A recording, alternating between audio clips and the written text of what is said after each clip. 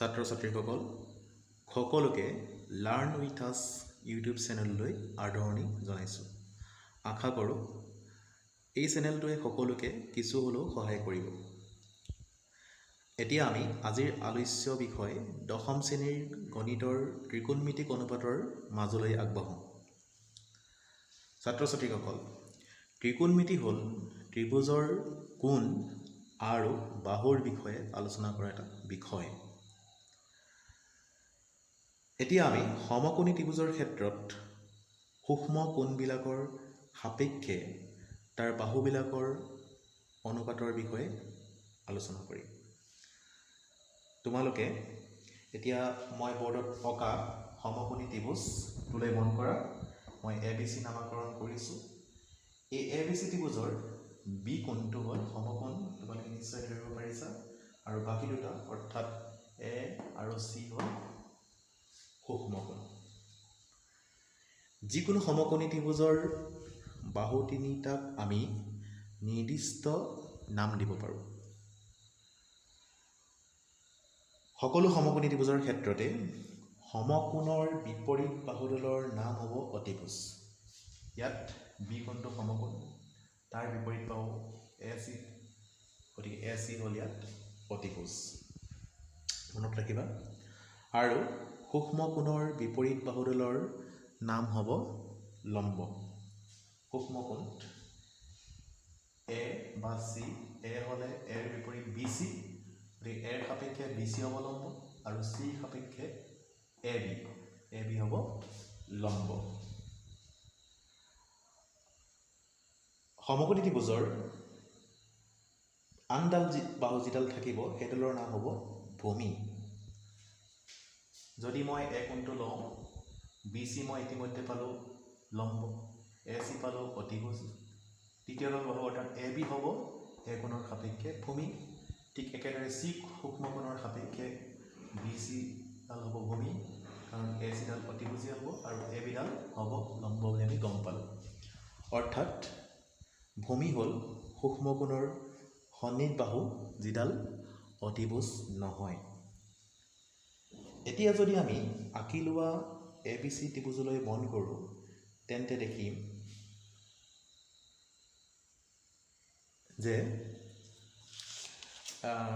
A কোণটোৰ সাপেক্ষে যদি মই চাওঁ যে A কোণৰ লম্বডাল হ'ব BC, অতিভুজ হ'ব AC আৰু ভূমি হ'ব AB।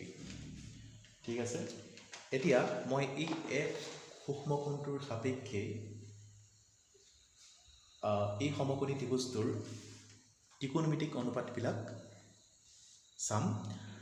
আমি 6টা ত্ৰিকোণমিতিক অনুপাত পাম: সাইন, কছ, টেন, কট, চেক আৰু কচেক। মই 6টা লিখি থৈছোঁ অলৰেডি।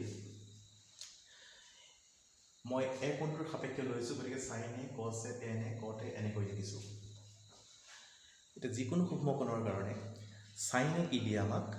সাইনে দিয়ে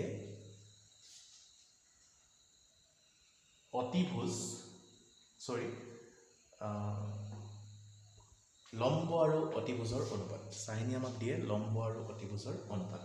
ইয়াত A কোণৰ সাপেক্ষে লৈছোঁ, গতিকে সাইন A সমান A কোণৰ বিপৰীত বাহু, মই শ্বৰ্টকৈ লিখিছোঁ, এংগুল A বিপৰীত বাহু ডিভাইডেড বাই অতিভুজ। অৰ্থাৎ সাইনে আমাক কি দিছে? বিপৰীত বাহুৰ অতিভুজৰ অনুপাত। অৰ্থাৎ ইয়াত বিপৰীত বাহু হ'ল BC, A ৰ বিপৰীত বাহু BC, অৰ্থাৎ লম্ব আৰু অতিভুজ AC, ইয়াৰ অনুপাত দিছে।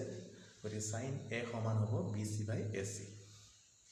একেদৰে কছে আমাক কাৰ অনুপাত দিব? মই ইয়াত লিখি থৈছোঁ যে কছে সমান এংগুল A ৰ সন্নিহিত বাহু, শ্বৰ্টকৈ লিখিছোঁ, ডিভাইডেড বাই অতিভুজ। অৰ্থাৎ কছে আমাক সন্নিহিত বাহু অৰ্থাৎ ভূমি আৰু অতিভুজৰ অনুপাত দিব। ঠিক আছে। আৰু এই চিত্ৰত আমি A ৰ সন্নিহিত বাহু পাইছোঁ AB, অতিভুজ AC, গতিকে কছ A সমান আমি পাইছোঁ AB বাই AC। আকৌ টেন A সমান লিখিছোঁ মই এংগুল A ৰ বিপৰীত বাহু, এংগুল A ৰ বিপৰীত বাহু ডিভাইডেড বাই এংগুল A ৰ সন্নিহিত বাহু। বিপৰীত বাহু, এংগুল A ৰ বিপৰীত বাহু অৰ্থাৎ লম্ব এংগুলাৰ সন্নিধ বাহু অৰ্থাৎ ভূমি অৰ্থাৎ লম্ব আৰু ভূমিৰ অনুপাতটো কোনে দিব টেনে দিব গতিকে বিপৰীত বাহু ইয়াত BC আৰু সন্নিধ বাহু হ'ল AB গতিকে BC/AC ঠিক একেদৰে আমি আৰু তিনিটা ত্ৰিকোণমিতিক অনুপাত পাম কট সেক আৰু কসেক এটা কটটো হ'ল এই টেনৰ উল্টা অৰ্থাৎ টেনে আমাক বিপৰীত বাহুৰ আৰু সন্নিধ বাহুৰ অনুপাত দিয়ে কটে আমাক সন্নিধ বাহুৰ লগত বিপৰীত বাহুৰ অনুপাত দিয়ে অৰ্থাৎ কটে সমান ইয়াত আছিলে BC/AB ইয়াত লিখিছোঁ আমি AB/BC সেকটো হ'ল কছৰ উল্টা ধৰিব পাৰিবা যদি চোৱা ইয়াত আছিলে AB/AC একেদৰে AC/AB উল্টা হৈছে কসেকটো হ'ল সাইনৰ উল্টা সাইনে সমান আছিলে BC/AC তাত উল্টা হ'ব AC/BC অৰ্থাৎ গোটেই কথাখিনি ইয়াত উল্টা হৈ যাব সাইনৰ উল্টা কস বিপৰীতটো কছৰ বিপৰীত সেক আৰু টেনৰ বিপৰীত হ'ব কট এতিয়া আমি গোটেই কথাখিনিক যদি যিকোনো সূক্ষ্মকোণ থিটাৰ বাবে বুলি যদি ধৰি লওঁ তেতিয়া sin থিটা সমান হ'ব P/S অৰ্থাৎ sin থিটা সমান পাৰপেণ্ডিকুলাৰ বাই হাইপটেনিয়াছ পাৰপেণ্ডিকুলাৰ মানে হ'ল লম্ব হাইপটেনিয়াছ মানে হ'ল অতিভুজ cos থিটা সমান B/S অৰ্থাৎ বেছ বাই হাইপটেনিয়াছ অৰ্থাৎ ভূমি ডিভাইডেড বাই অতিভুজ tan থিটা সমান P/B অৰ্থাৎ পাৰপেণ্ডিকুলাৰ বাই বেছ